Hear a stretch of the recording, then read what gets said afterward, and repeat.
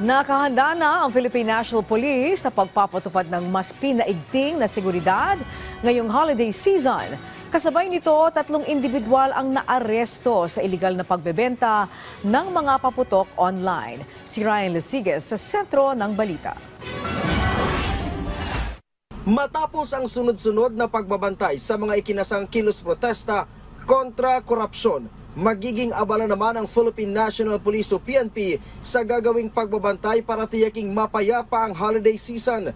Inanunsyo ito ni Acting Chief PNP Police Lieutenant General Jose Melencio Nartates Jr. kasabay sa Christmas tree lighting na isinagawa kagabi. Ayon sa opisyal, anumang araw mula ngayon ay maaring magtaas na sila ng alerto. We will be on heightened alert, especially so that naglatag na naman tayo ng ating security operation.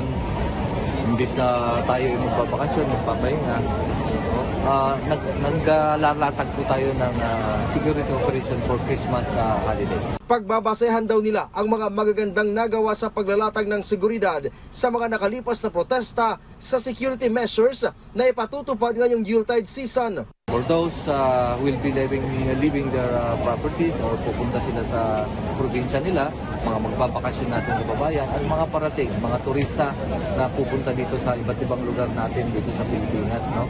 And at the same time, we'll be watching over their properties as well as titignan natin yung anong gagawin natin sa kalsada. It should be safe for public safety. Kumikilos na rin ang PNP Anti-Cybercrime Group. Bukod kasi sa mga scam na nag-aalok ng bakasyon, sinasamantala din ng mga iligal na tindera ng paputok ang pag-aalok online. Katunayan, 3 individual na ang naaresto ng mga operatiba sa Tondo at Nueva Ecija na nagbebenta ng illegal firecrackers online. Sa naturang operasyon, nasa mahigit sa 10,000 halaga ng paputok ang kanilang nakumpiska. So they are advertising through social media na they are selling firecrackers, pero merong mga bagay na linalagay sila na para hindi alata na firecrackers ang kanilang binibinta. So may mga yung King Kong, Yuan King Kong, mga ganon. But these are prohibited firecrackers. So ine-engage namin kasi nakikita sa aming cyber patrolling.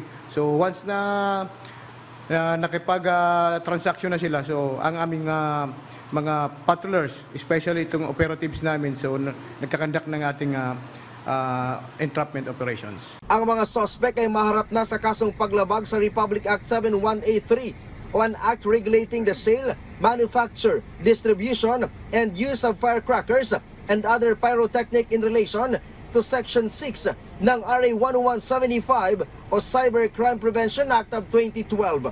Paalala ng PNP-ACG, iwasan ang pagbili ng paputok online lalo na sa mga hindi lisensyadong seller upang makaiwas sa disgrasya. Ryan Lesiges para sa Pambansang TV sa Bagong Pilipinas.